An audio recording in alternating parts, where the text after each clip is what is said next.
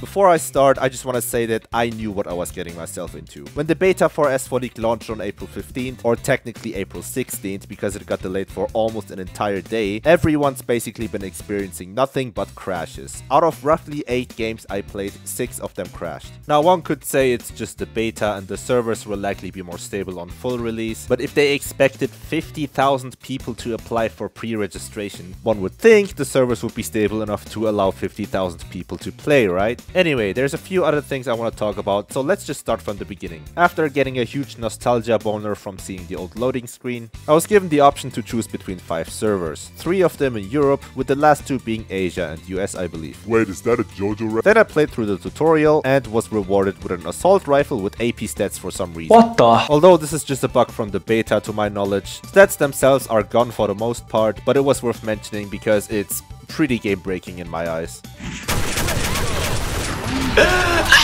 I then get the choice to either create a room or to join an active one by hitting the big start button. Gotta say the German translation for creating a room sounds kinda suggestive. Oh yeah! With the exception of Arena, every other game mode is available, including the PvE modes, Arcade and Conquest. The shop is ridiculous to say the least. The only good things I can say about the shop is that you can buy skills permanently for a pretty solid price, and even the weapons are fairly cheap in my eyes. But it has to be said that S4 League is once again running on a rental system, meaning your items aren't permanent by default and can expire after 1 day or 30 days. And I personally think that sucks. The pricing for cosmetics, however, is absurd. 10,000 pen for a single day and 120,000 pen for 30 days. Side note, you start the game with 20,000 pen. And you can't even buy face cosmetics and accessories with pen. It's only available through AP. Like, what the fuck? Oh, but it actually gets worse. Certain weapons, like the submachine guns for example, are locked behind a paywall and cannot be obtained in the regular shop. Yep, you got that right. You cannot get these weapons with pen, you can only get them through the gacha system, which I'll get to in a bit.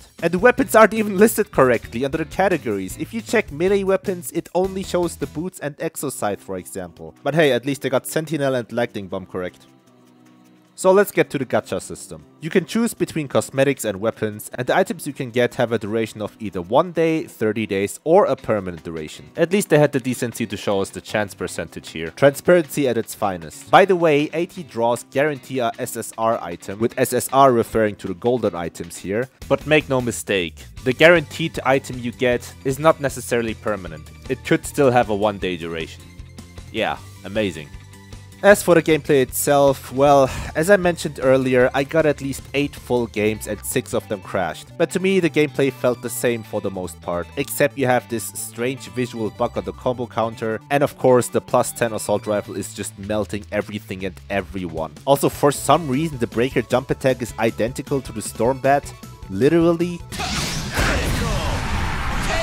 I haven't tested all the weapons, so maybe I even missed something out. Sometimes I would experience FPS drops, specifically when someone enters the room, and I can't tell if the netcode is the same. There were people with some high pings, but I couldn't really tell if they were like teleporting around places or not.